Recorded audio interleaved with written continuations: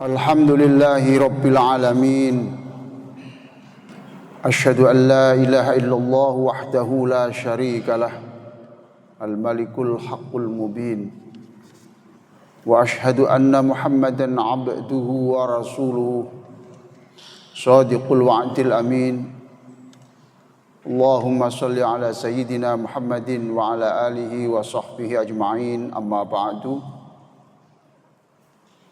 Qala Allah Ta'ala, ya ayyuhalladzina amanu taqullaha haqqa tuqatih wa la tamutunna illa wa antum muslimun.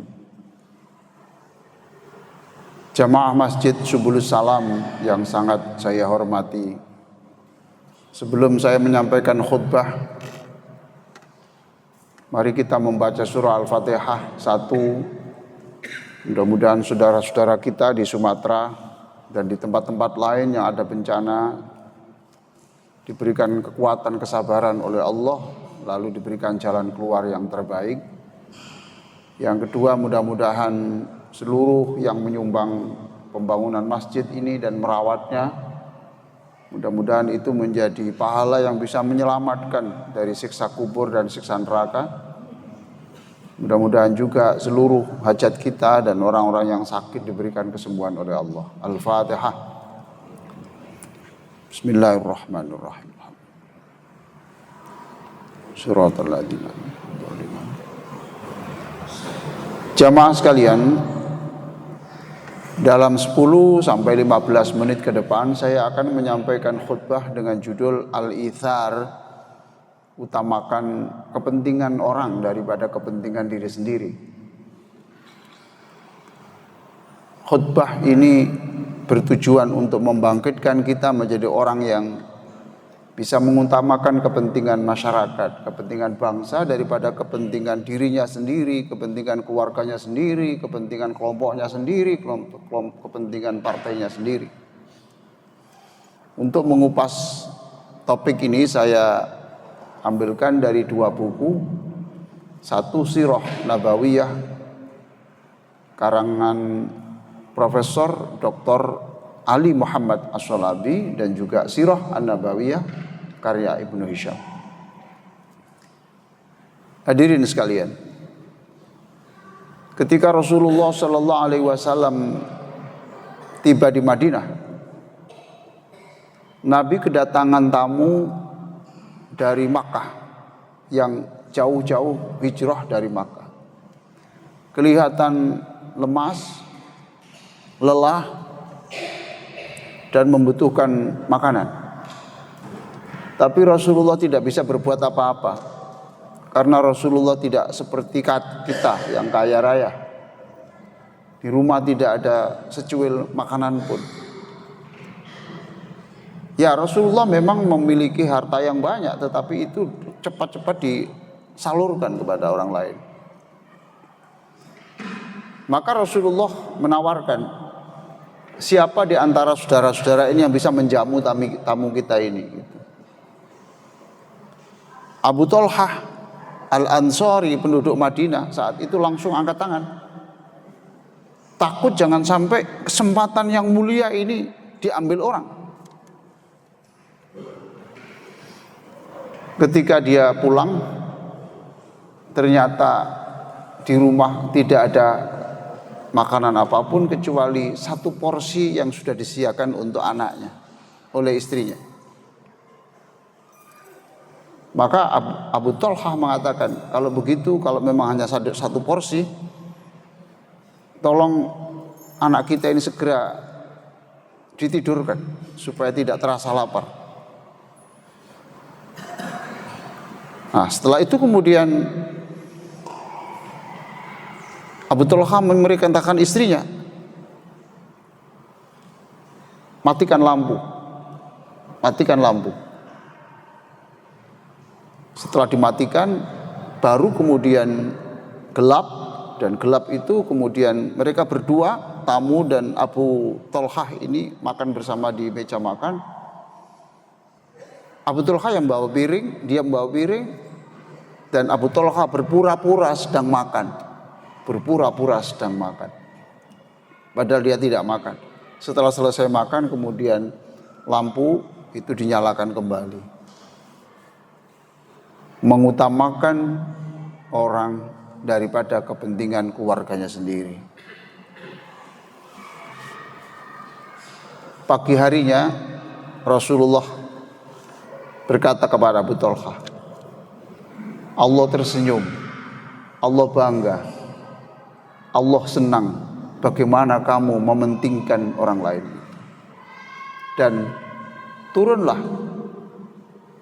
Quran surah Al-Hasyr ayat 9 yang itu mengapresiasi, memuji orang-orang Madinah yang rata-rata seperti itu terhadap pendatang dari Makkah yang itu tidak membawa apapun. Allah berfirman, dan ini ayat yang turun saat itu, wa yu'thiruna ala anfusihim walau kana bihim khasasah. Orang-orang Madinah itu mementingkan orang lain walaupun dia sendiri sebenarnya sedang berkebutuhan. Wa may yuqashuha nafsihi faulaika humul muflihun. Siapa yang diselamatkan Allah dari sifat kikirnya itu, maka dialah orang-orang yang berbahagia. Itu kisah pertama. Saya akan menyampaikan kisah yang kedua. Pada waktu perang Yarmuk antara tentara Islam yang jumlahnya hanya 40.000 melawan tentara Romawi yang 200.000. Sangat tidak imbang.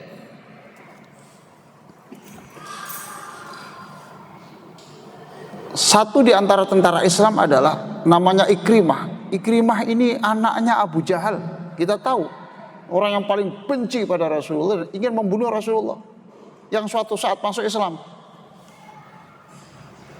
Suatu saat masuk Islam. Ketika dia masuk Islam, Rasulullah mengumumkan kepada sahabat, tolong jangan sebut-sebut siapa nama bapaknya. Hargai perasaannya ini. Hargai perasaannya. Jangan sekali-kali menyebut siapa bapaknya, karena bapaknya itu sudah terkenal. Dan dia masuk Islam dan menjadi salah satu tentara pada waktu perang Yarmuk ini. Dia punya inisiatif. Saya akan memanggil beberapa orang untuk maju ke depan dan taruhannya adalah mati. Dia maju ke depan untuk mengacaukan perhatian musuh dan supaya tentara Islam yang hanya 40.000 itu bisa mengatur strategi yang lebih leluasa. Benar, hadirin sekalian. Ketika Ikrimah dengan beberapa orang maju, tidak lama kemudian meninggal semuanya.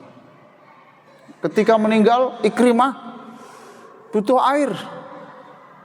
Setelah diberikan segelas air, Ikrimah tidak minum karena mendengar di sebelahnya ini ada orang yang juga merintih kesakitan.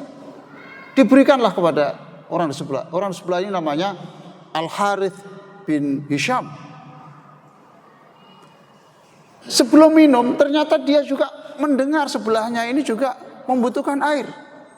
Diberikanlah ke sini. Akhirnya ketiga-tiganya meninggal dunia semuanya tanpa ada yang menyentuh air itu. Mereka semuanya mati syahid. Tidak hanya syahid, tetapi menjadi pelajaran berharga. Dia menjadi tauladan bagaimana mementingkan orang daripada kepentingan dirinya sendiri. Hadirin sekalian, inilah barangkali yang diwarisi oleh anggota Banser di Mojokerto tahun 2000. Dia mendapatkan tugas dari Ansor untuk menjaga gereja Ibn Hizr di Mojokerto tahun 2000. Tiba-tiba pada malam Natal itu ada bungkusan di depan gereja yang itu mencurigakan.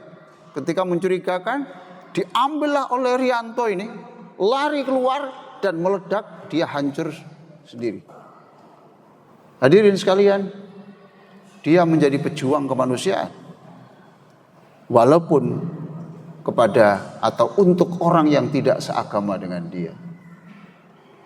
Mungkin al-ithar, mengutamakan orang daripada dirinya sendiri. Inilah yang diwarisi oleh Syahlendra Haikal pada waktu pondok pesantren Al-Khazini runtuh itu. Dia 4 hari di bawah reruntuhan. Ada botol air diminum, tapi tidak diminum. Justru diberikan kepada temannya yang di kakinya itu. Subhanallah. Bapak Ibu sekalian yang sangat saya muliakan, mengapa di jalan raya itu banyak kecelakaan, ada kemacetan? Ya karena orang tidak berpikir mengutamakan orang, tapi selalu mementingkan dirinya sendiri. Kenapa banjir di Sumatera itu terjadi? Ya karena ada kebijakan-kebijakan yang itu menguntungkan dirinya, memberi izin yang semestinya tidak diberikan. 20 tahun, 30 tahun tidak terasa, setelah lebih dari itu hancurlah. Andaikan kita semuanya ini berpikir tentang orang lain, bukan pada dirinya sendiri, bukan untuk kepentingan kelompoknya sendiri, bukan untuk keluarganya sendiri, tapi kebutuhan masyarakat yang lebih luas. Saya yakin Indonesia ini dalam waktu yang sangat cepat menjadi negara yang maju, terdepan, dan berakhlak.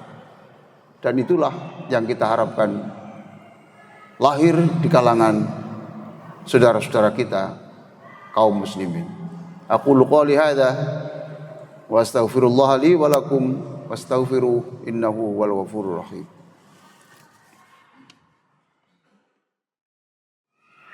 Alhamdulillahi wahdah, asyhadu an la ilaha illallah wahdahu la syarika lah, wa asyhadu anna Muhammadan abduhu wa rasuluhu la nabiyya ba'dah.